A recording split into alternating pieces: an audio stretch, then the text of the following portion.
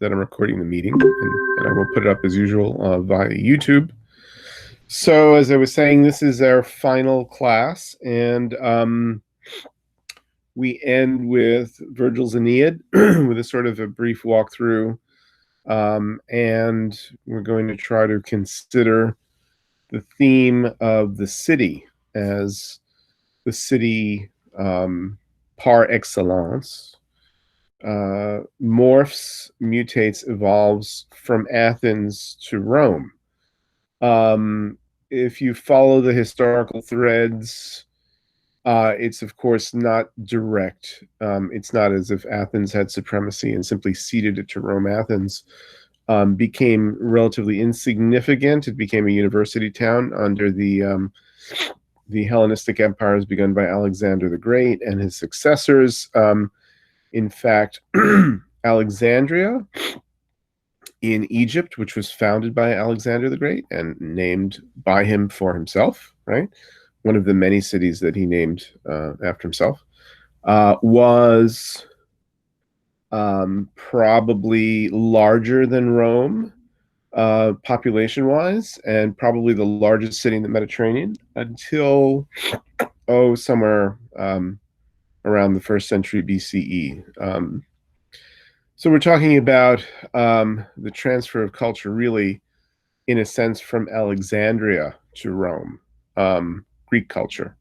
Of course, Alexandria is in Egypt, right? That's not Greek culture. And Alexandria is ruled by a Greek family, the Ptolemies, right? The last ruler of whom is, of course, Cleopatra, as we all know from film and Elizabeth Taylor and other representations. We think of Cleopatra as an Egyptian, and certainly she was. But in terms of her family lineage, she was Greek, she was Macedonian. There probably were intermarriages with Egyptians in the family. I don't know that we know exactly her lineage, but the Greeks ruled Egypt from the death of Alexander, which is 323 BCE, until Rome finally conquered it in 31 BCE, so just about 300 years. And the family, the Ptolemies, that Ptolemy was one of Alexander's generals, and so he was, when they divided his empire, Ptolemy, the Ptolemid family took the Egyptian and North African portion. So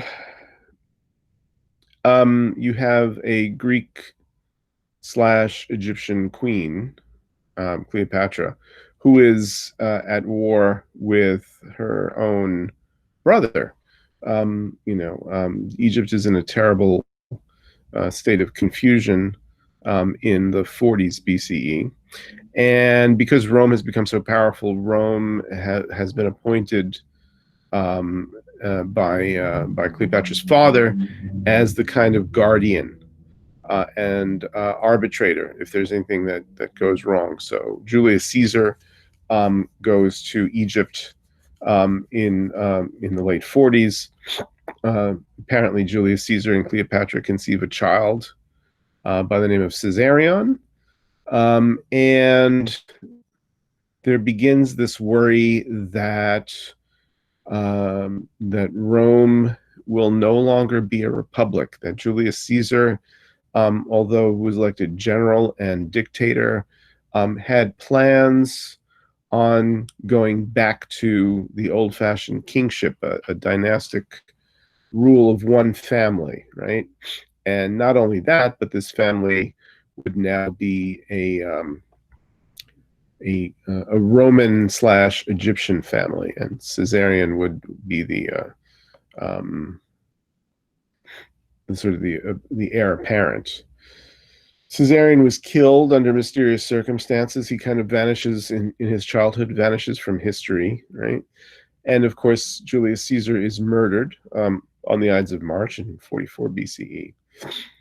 So there begins a dynastic struggle between Mark Antony, whom everybody assumed was going to be Julius Caesar's successor, and the person who, in fact, Caesar mentions in his will as his heir, and that is Octavian. Julius Caesar, in his will, adopts Octavian as the son and gives him the bulk of his fortune and also control over his armies. At least he suggests that his armies should give their allegiance to Octavian. At that point, Mark Antony sees himself as sort of the outsider, and he himself goes to Egypt and attempts to sort of consolidate authority there with Cleopatra. And they eventually, both Octavian and Mark Antony, maneuver in such a way that each of them mistrusts the other and believes that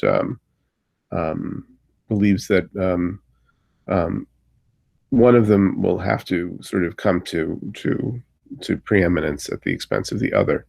You can't have egos that big in the same empire. And the final battle, of course, they were on the same side. They were both at one point fighting against the assassins of Julius Caesar.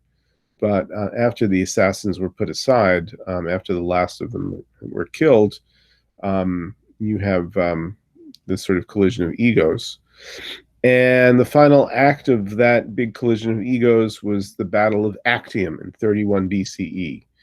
Now, Actium is a place in northern Greece. It was a naval battle. Octavian really didn't take part in the fighting so much. He left that to his great general Agrippa. And Mark Antony's forces included not only Egypt, but many other ships from other parts of the North African world and the coast of Asia Minor, cities in Asia Minor. So in some sense, it was a battle of East versus West in much the same way that the Persian Wars were. Mark Antony himself, was said to have been thinking of fusing Roman and Egyptian culture in a very deliberate way and taking Cleopatra as his queen, enacting or fulfilling, I should say, the notion that some people thought was already in the mind of Julius Caesar. Augustus himself had no interest in sharing power or incorporating anything of Eastern culture into Rome. He was very much the traditionalist. He wanted to revive Roman religion as much as possible. Roman culture, which is Romans have always thought of their own culture. They always thought of their own culture as rather deficient and had to be supplemented by Greek culture. So, for instance, Augustus builds this great library in 27 BCE, in which there's a Greek wing and a Latin or Roman wing. And for Augustus, all of the knowledge in the world consists of what can be found in that culture, in Greco-Roman culture. In our own age of diversity and inclusion and cosmopolitanism, I think many people would probably find Mark Antony as somewhat more appealing a figure, even though Mark Antony himself seems to have been rather not in control of his own desires and expenditures, but he represented the possibility that Rome would be a syncretistic culture, right? That it would welcome religious notions and architecture and population from all over. It would be a diverse culture. Now, Rome had already been, because of trade and because of 200 years of interaction and conquest, most in the East, Greece and Asia Minor. Rome expanded essentially to swallow up all of Alexander's former empire. Rome was already a city that had tremendous diversity. in the time of Julius Caesar. There were people from all over the empire, east and west, from Spain all the way to Afghanistan. People were in Rome. Large Jewish community. We have evidence that there was a large Jewish community flourishing not only in Rome but in some cities in southern Italy. There were Julius Caesar himself brought awareness and also some slaves from northern Europe, from what is now France, right, Gaul, and to a lesser extent Germany, and England and Britannia. Um, but these were places that were thought of as provinces, and were not represented in terms of culture. But certainly you had Egyptian culture very well represented in Rome. You had Persian culture very well represented in Rome. The soldiers who were stationed in these places brought back their worship, and they were very serious about it, right? And so and they competed with traditional Roman religion, which seemed sort of flimsy because the Romans were originally an agricultural people, and their religious calendar really focused on agricultural holidays, the turn of the seasons, the harvest, sacrifices of animals, things like that. Very much an agricultural religion that was sort of maintained only with great difficulty in a city like Rome, which had reached almost 1 million people, and was very diverse linguistically, and etc. But I mean, for instance, if you go to the Church of San Clemente in Rome today and go into the basement there, you see the altar of Mithras, right, which was where the soldiers performed a sort of a Zoroastrian rite, imported from Persia. It was very popular with soldiers. Apparently it involved sacrificing a bull, and so these religions, and some of the Greek religions like Orphic mysteries, things like that, but the worship of Isis, the worship of Cybele, Magna Mater, which we sort of got a sense of when we talked about the Bacchae, all these things were present in Rome. They caused a lot of consternation, right? There's already in 150 BCE, 100 years before Julius Caesar's assassination, there's already a senatus consultum. There's a decree of the Senate which tries to expel the worshippers of Bacchus from the city of Rome on the grounds that they're too chaotic, they corrupt the morals of the people, they corrupt the women, right? So for for a long time, Rome had been growing into a very diverse, polyglot, polyethnic city. And after 100 years of civil wars, right, beginning with the Gracchi in the 130s, and with Marius and Sulla and Sertorius, and Pompey and Caesar, and finally the battle, between Augustus and Mark Antony in 31, Battle of Actium, which kind of drew the line and said there's one guy now, right? It's Augustus is the leader. Rome had been becoming this very interesting city, and Mark Antony probably would have fostered that, right, with Cleopatra at his side. But Actium was a terrible defeat. Mark Antony rode back to Alexandria. Cleopatra also went back to Alexandria. They committed suicide together, even though Augustus tried very much to keep Cleopatra alive because he wanted to have a captive queen. He wanted to have this, the sort of most famous woman in the world on parade in Rome when he celebrated his triumph, right? Which brings us to Vergil, right? Vergil, author of perhaps the greatest poem in Latin, one of the greatest poems in the quote-unquote Western tradition, right? This is a poem that became an instant classic. It was read to Augustus and to Augustus's wife Livia before, while it was being composed. It took decades apparently to compose. When Virgil died in 19 BCE, he left instructions that he wanted the poem destroyed. but already many copies of the various books had circulated. So the destruction of the poem was simply a gesture. It was already out there. Virgil died in very strange circumstances. He wanted to sort of escape, if you will, the chaos of Rome and the propaganda of Rome. So he went to Greece. He was around 50 years old. He was never really in good health. Um, on his way to Greece, Augustus was coming back from a tour of the East and met up with Virgil and said, "You must come back with me. I need your company. I really want your company." And Virgil apparently got sick on the voyage back. Um, so in this famous scene where Augustus and Livia, his wife Livia, are listening to Virgil read the poem, it Virgil's reciting the episode in book 6 where they're in the underworld, where the hero Aeneas is getting a tour of Roman history, essentially from his father Anchises. And it seems very patriotic. It seems like, oh, here are the great generals of Roman history.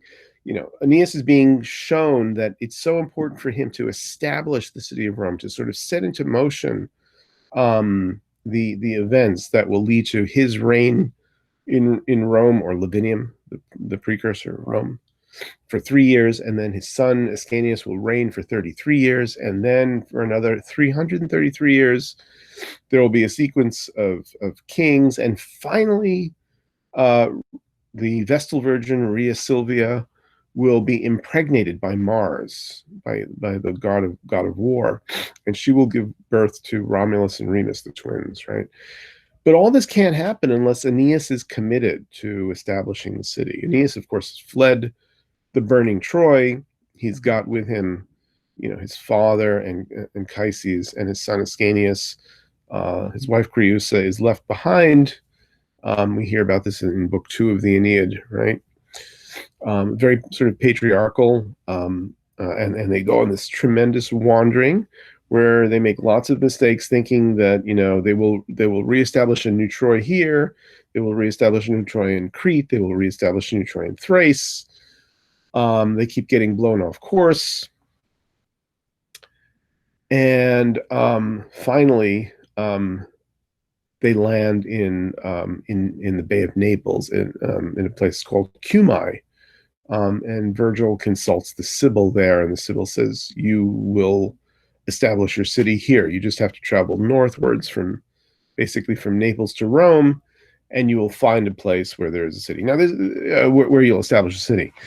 So it's the prophecy, right? It's the fulfillment of the prophecy. But there are these problems. For one thing, there's already people there, right? This is the standard problem when you talk about the great foundation of a new civilization. It's not an empty place. There are already people there. There's a king Latinus, right? The king has allegiances. He has a daughter who he's promised to Turnus, who is the king of the Rutulians and local people. The Etruscans are already there. There's even a city founded by Trojans in northern Italy, Padua, and there's a city founded by the Greeks, by Evander. So Aeneas is coming to a place where he is kind of a third wheel, right? He's supposed to sort of start this movement of history, but history is already well underway. Yet Rome is supposed to be, and Zeus promises this to Aphrodite. Rome is supposed to be the queen of all cities, the conqueror of all worlds, the giver of laws, stretching its empire from east to west as far as the sun can rise and set, etc. So, needless to say, the patriotic fervor of the poem is something that you can read with a somewhat more skeptical eye. Was Virgil saying, "Hey, this is the myth, this is the official myth, and I'm going to write this great poem about it"? Or was he trying to incorporate the fact that while it's the official myth, there are lots of other narratives that conflict with it and maybe weaken the force of it, right? Um, you can't establish a city without destroying whatever's there. How does Aeneas destroy what he finds in Latium? Well, for one thing, and he has the help of the gods in this. Um, the the daughter of King Latinus, Lavinia, is breaks off her engagement with Turnus and goes to Aeneas. Aeneas is without a wife now because he's left. Creusa is still is gone. She died or became a divinity, if you will, at Troy when Troy burned. So he is going to marry Lavinia and establish this new foundation there. He already has a son. It's not like he needs to have children with Lavinia. He has a son who is already destined to be the ruler. But that turns Aeneas against Turnus, and Turnus is the main character in the second part of the Aeneid, 6 books, 6 through 12.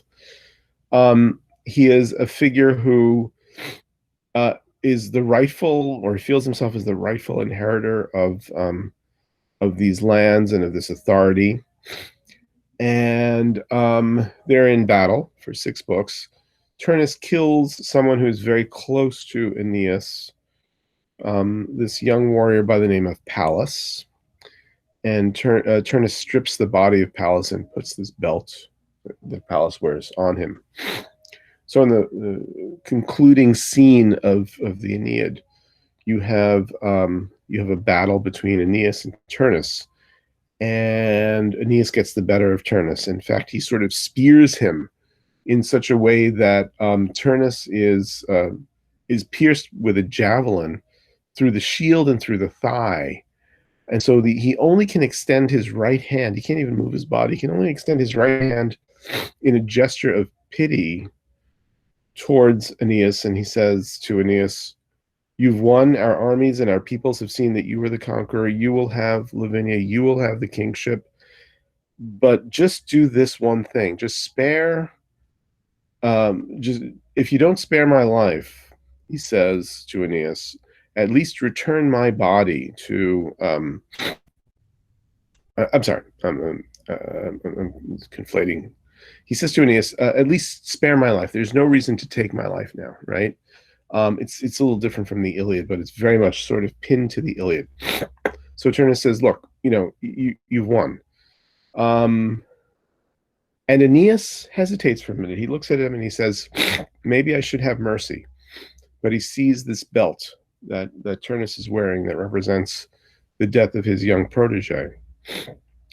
And in that instant of rage, he kills Turnus. Aeneas kills Turnus. And the last line of the poem is Turnus flees with indignation. He flees to the shades of the underworld. So the founding of Rome is problematic because it begins with Aeneas in a moment where he loses his pity, he loses his mercy, right? And he goes towards anger, and it mimics the other founding myth of Rome, which supposedly happens 300 years later with Romulus and Remus, and that's a fratricide, right? Where Remus and Romulus, so the legend goes, they're twin brothers, and they both found these 2 separate settlements, one of which is going to become Rome. And they see, they see the birds flying overhead, and they try to establish their authority by what the gods are trying to tell them with these birds. And so Romulus says, "Look, I see these 6 vultures flying overhead. I'm the first to see them. Therefore, my city will be the capital here. I will be founding Rome." Remus says, "Well, wait a minute. I see 12 vultures on my side of the sky, so I have twice as many birds. So I'm the one who's going to." Remus says, "I'm the one who's going to be establishing the city." So they establish 2 conflicting cities, or they begin to. And as they're building their walls, Remus jumps over the wall that Romulus is built. Just sort of, he takes a hurdle over the wall, as if to say, "Ha ha, that's the best you can do as far as building a wall. Anybody can jump over it." and Romulus kills him on the spot. Romulus kills Remus, fratricide, right? Brother against brother, Turnus against Aeneas. There's that sense of the city is founded in primordial bloodshed. It doesn't speak to a very patriotic reading, right? If you look at some of the aspects of the sort of the set pieces, the tableaus, like for instance in book 10, you have the shield of Achilles, right, where it's the Battle of Actium, and it's this great, Achilles has lost his armor, so Aeneas has lost his armor, so Aphrodite goes to Vulcan the way she does in the Iliad, and she says, my son needs the way that Thetis does in the Iliad, and Aphrodite says, my son needs new armor. And so Hephaestus starts to work on this beautiful arrangement showing Roman history, and it culminates in the Battle of Actium and essentially the triumph of the gods of Greece and Rome over the gods of Egypt and the East, which are portrayed as sort of animalistic. They're not anthropomorphized, and that looks sort of like it's patriotic. But right around there, you have the tale of Nisus and Euryalus. And Vergil, this is a sort of an interesting little military tale that's thrown in. There's an ambush, and Nisus and Euryalus are sort of like they're sort of blood brothers, but it turns out that they're lovers, right? There's a homosexual connection there. It's inescapable. And Euryalus dies, and Nisus, who's the older man, throws himself over the body of Euryalus just to try to protect him, and they both die. And Vergil sort of breaks out into song saying that they were the greatest heroes in the poem, and that as long as Vergil can sing the song of the founding of Rome, their names will be remembered. I mean, he gives them more praise than anyone else. Why is that significant? Well, because Augustus was part of his traditionalism was rooted in trying to regularize marriage and eradicate homosexuality. And one of his laws, the Lex Julia de Maritandis Ordinibus, said you had to get married. You had to get married to a citizen. You had to get married and produce children. And if you didn't produce children with a citizen wife, you would be taxed. So there are lots of these sort of laws to reestablish the nuclear family, the conventional nuclear family. And Vergil, sort of looks as if that isn't something that he's afraid of confronting.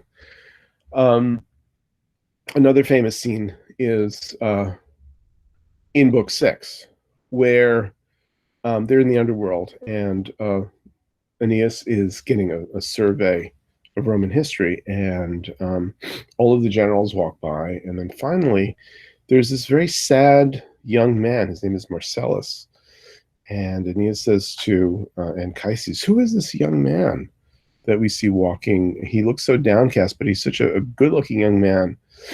And Anchises says, oh, if only fates would allow that Marcellus had lived, Rome really would have achieved her real greatness. But he died very young. It turns out that Marcellus was Augustus's favorite nephew, and it was rumored that Livia, Augustus's wife, poisoned Marcellus to make room for her own son Tiberius to become the next emperor. So this great sort of funeral that Vergil has in book 6. It's very odd because everybody's dead. They're in book 6. They're in the underworld. They're in Hades, and everyone's dead. And still, they're having a funeral for someone who's dead. So, and it seems to go on forever. It's like every day they keep mourning this poor young Marcellus. They say, to Marcellus Eris, you will be Marcellus, who will be indefeatable in war, but you'll only be shown briefly to the world and then pulled back. Right? It seems like Vergil's saying that Roman history comes to an end with Augustus. It doesn't come to a beginning. It's not like a new age begins. It's in fact the whole thing is over. Um, Same thing with all of book four, which, book four, well, books two through four, the sort of the tragedy of Dido, right? Aeneas first comes to Carthage. Carthage is Rome's traditional enemy. Here's Dido, who, as a woman, has single-handedly established a city against all odds. She's fleeing her brother in Phoenicia. Um, Her husband was murdered.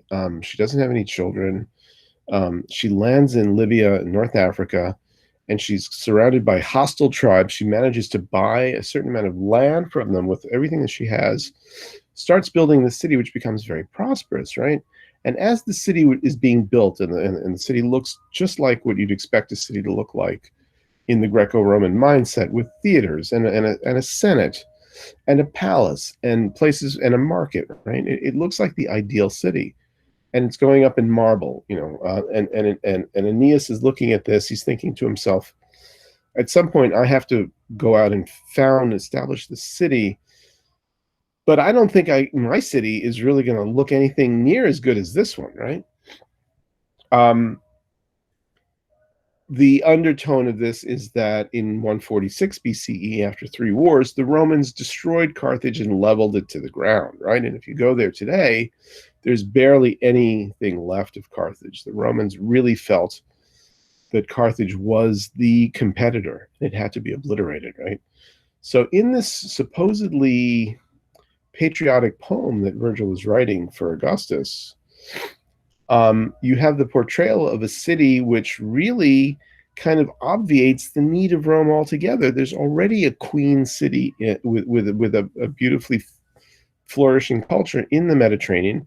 Its name is Carthage. They're not speaking Latin, they're speaking Phoenician, they're speaking Punic, right, which is a Semitic language. But they have all of the culture that you would expect a Greco-Roman city to have. And here comes Aeneas, and what does he find? He finds a queen who is husbandless and childless, who has promised her husband, Zacchaeus, sworn to the ghost of Zacchaeus that she will never marry again. But her sister says, to Dido, "You're still young. Here's this prince. Together you can do great things." She falls in love with him. She allows him to sort of parade around the city as the de facto king of Carthage. And unfortunately, because of her intense love for Aeneas, the building stops. Right, she's no longer there to oversee, to be the leader. She's become subordinate. She's as a single woman, she was in total control of the rise of the city, but now she's completely immersed in her love for Aeneas. And most of the year passes that way, and then Zeus says to Mercury, "You've got to go and you've got to tell Aeneas it's time to leave Carthage." And his fate is to travel to Italy to establish the city of Rome. And Aeneas has this confrontation with Dido, where he kind of lies to her and says, "Well, we weren't really married. The fact that we were living together, et cetera, was not a legal marriage. And as much as I want to stay here, I have to leave. Zeus is telling me I have to leave." This plunges Dido into despair. She takes her own life, and she swears before she kills herself that there will rise from her ashes an avenger who will swear eternal enmity towards Rome, right? And she calls him an ultor. Meis ex ossibus, from my bones there will arise an ultor, an avenger. And everybody thinks, oh, eventually she's talking about Hannibal, right? Because Hannibal is the sworn enemy of Rome. Hannibal came the closest of anyone in history to actually destroying Rome, right? In 204 BCE, he was just almost poised to. He'd surrounded Rome. He'd taken all of Italy, and he really had Rome brought to its knees. But political machinations back home pulled him out of Italy and back to Carthage, where he was hated by other factions of the government. And because of that, the Romans had a little breathing space, and in 202 BCE, Scipio Africanus was able to take an army down to Africa and defeat Hannibal.